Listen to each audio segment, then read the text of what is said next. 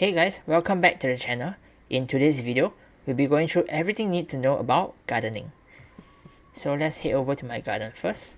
Alright, in Core Keeper, as you explore the wilderness and any other place like the stone biome, the clay biome and the dirt biome, you will encounter wild crops just like this but out in the wild. When you harvest them, they will give you the crop itself as well as a seed of the crop. So for example, if you see a heartberry in the wild and you punch it, you might get a heartberry seed. So what do I do with all these seeds? So you can actually plant them in your own base in order to regrow the crops. And then you can harvest the crops for more of the food. Then you can use this food to cook and get yourself some nice dishes. So this is a renewable source of food. So how do I grow these crops? So depending on the seed that you are trying to grow, you need to have a proper soil, and then you need to hold it and then put down the seeds and water them. After around 9 minutes, they will grow into the fully grown version of the crop, and you can then harvest them for the food. Alright, so let's go through the 6 seeds that will give you food. The 7th one is the root seed. That one gives you wood, so you don't have to count it in for your gardening. Okay, so there are 6 seeds. Let's go with the common ones. Heartberry seeds, bomb pepper seed, and glow tulip seeds. These 3 you will find in the starting biome, which is the dirt biome. Very common ones. You might be able to find 1 or 2 grub kapok seeds, but they are usually in the clay caves. Then Carrock seeds are usually found in the forgotten ruins or the stone biome of sorts. And the Puffungi seed is where you'll find it in the mole biomes. Usually we call it the mole dungeons. So these are the 6 seeds for them. Heartberry, bomb pepper, glow tulip and grub kapok seeds you can plant on dirt ground. Alright. Carrock seed you have to plant it on stone ground, and Puffungi seed you need to farm it on mole ground. So you see, for Carrock you need stone, and Puffungi you need mole. It's a bit different. And when you plant stuff on the mole ground, right, when you try to harvest it, you might get this mole like movement speed debuff, which is a bit annoying, but Puffungi is one of the better crops to grow, so I had to deal with it. Alright, okay, so how do I then start this? Okay, so let me take out my hoe. Okay, I'll give you a demonstration of how it works. So usually, let's say you put down a soil, right? Like this, dirt ground. There's nothing done to it yet. You take out your hoe and then right click it to create like farmable soil. Then after that you take out your seed, which in this case for me will be the bomb pepper seed. Plant it on the soil, and that's not all. You have to water it. Now you can just leave it there, and maybe around 9 minutes later you can come back and you can harvest it. Alright? Okay, so let's go through all the different plants. So bomb pepper seed will be this kind, the red ones. Some of them are golden because of a talent that I have, which I'll show later. Okay, so this is bomb pepper. This is Carrock. This is heartberry.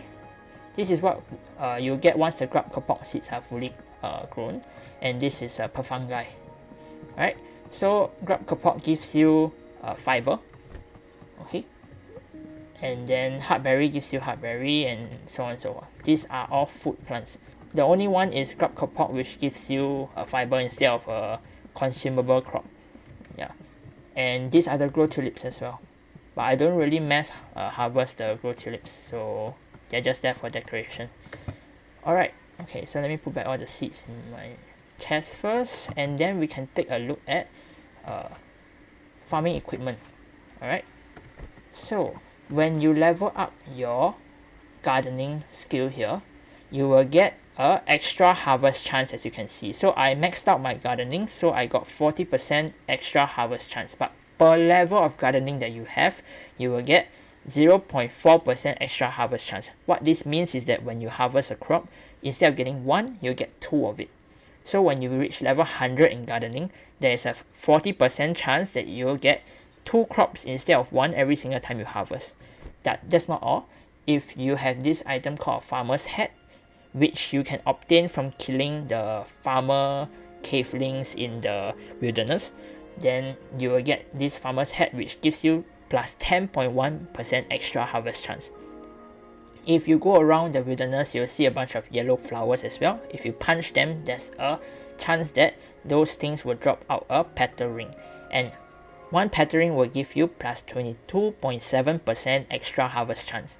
If you equip 2 of it, you'll get a lot more. Together with the hat, it'll give you around 55.5% extra harvest chance. Together with 40% from your skill, you'll get 95.5% extra harvest chance, as you can see here. 95.5%. As you can see right there, harvesting have a 95.5% chance to yield 1 extra plant. Yeah, so that's about it. So it's very crucial for you to have as much of this equipment as you can once you start mass producing crops. Yeah, once you do a lot of gardening, like as you can see, my farm is quite huge. I wouldn't want to miss out on the extra harvest chance when I'm doing my harvesting as well. So now we're gonna look at the talent tree for gardening. As you can see, once you reach level 100, which gets a star as well, you're gonna have some points to distribute in your gardening talent tree. You will get 1 talent point every 5 levels in gardening or any other talent, right? Every 5 levels you get 1 talent point. Once you reach level 100, they'll give you an extra 5 talent points to use. So for me, right, I took Grateful Gardener. Oh, I forgot to include the fact that when you are doing harvesting, right, and you are level 0 or you haven't spent any talent points yet, right, there's only a 75% chance of you getting back the seed.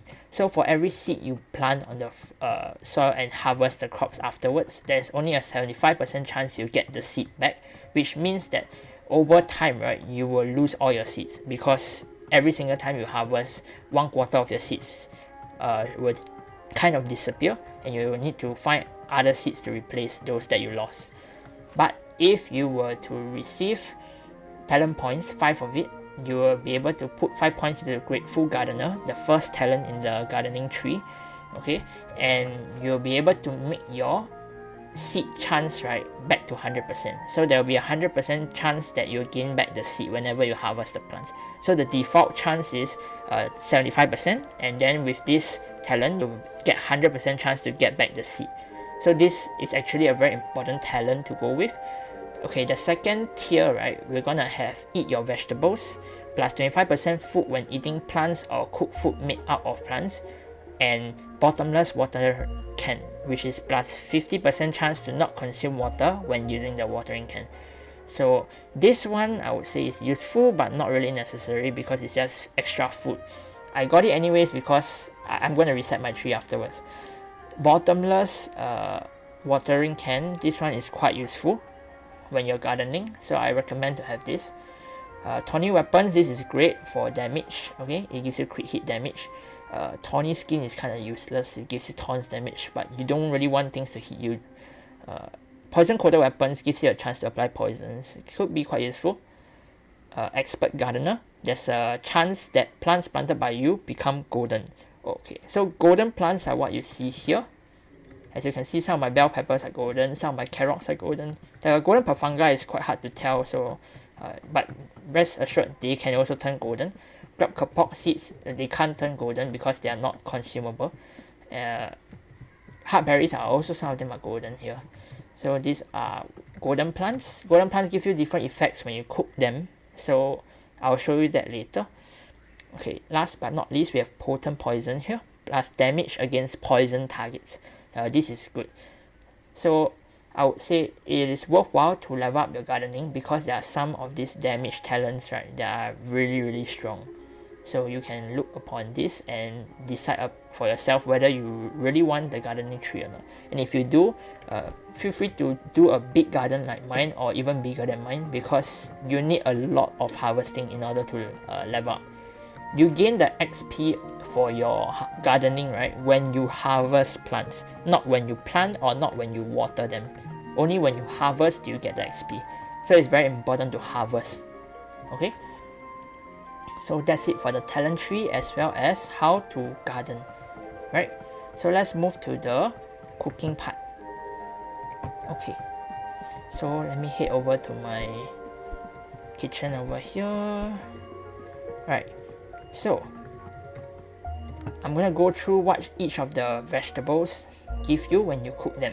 They all give a certain buff when you cook them into food, and they are all quite useful. So let's go with the basic crops first. I cook them all with mushrooms so that we can have like a control setup. Okay, heartberry, when you cook with a mushroom, you get mushy berry pudding. The 5% melee attack speed is because I have another talent, so that's not the one that is the heartberry's perk. So heartberry gives you max health and health regen when you put it into a cooked form. When you cook it, it becomes max health and health regen. Okay, so bomb pepper. It gives you a mushy pepper wrap when you cook it with a mushroom, and it gives you movement speed, and the health regen comes from the mushroom. Alright, so movement speed for the bomb pepper. Carrock gives you armor when you cook it. Puffungi gives you good health regen, better than the previous foods, as you can see. So the health regen gets better, and it gives you reduced damage taken from bosses. This is very important. So Puffungi is important because boss damage reduction is very strong. Okay, so glow tulip gives you glow. So when you eat it, you just light up a little bit. Yeah, so that's it. Okay, now the interesting part. Let's look at what the golden crops give you when you cook them into food. So golden heartberry cooked with a mushroom will give you, as you can see, more max health, right? And melee damage. So this is important. So golden heartberry gives you melee damage. A new line. Okay. Then golden bomb pepper gives you more movement speed, right? And it gives you melee attack speed. That's a new line as well. Golden carrot, it will give you armor like usual but a bit more, and chance to knock back. Chance to knock back is a new line. Alright. And then golden Puffungi. Wow, this is the best one. It will give you reduced damage taken as per usual, and damage against bosses. So it's boss damage. This is very strong. So the golden Puffungi, as you can see, is one of the best food to cook for bossing because it gives you reduced boss damage and extra damage against bosses. Alright. Okay, then golden glow tulip. This one gives you glow as well as range attack speed. Very important as well for people who use ranged weapons. Alright, so this is important because all these golden plants are very good food sources and they make very good cooked food. So you might want to take a look at them when you are thinking about what food to cook. Alright, so that's about it for this video. If you have any questions, feel free to ask in the comment section below. I hope this was useful in teaching you how to garden as well as which crops you should be looking out for when you think about what you need in the end game. Alright, so that's all for today, and I'll see you in the next video. Have a good one.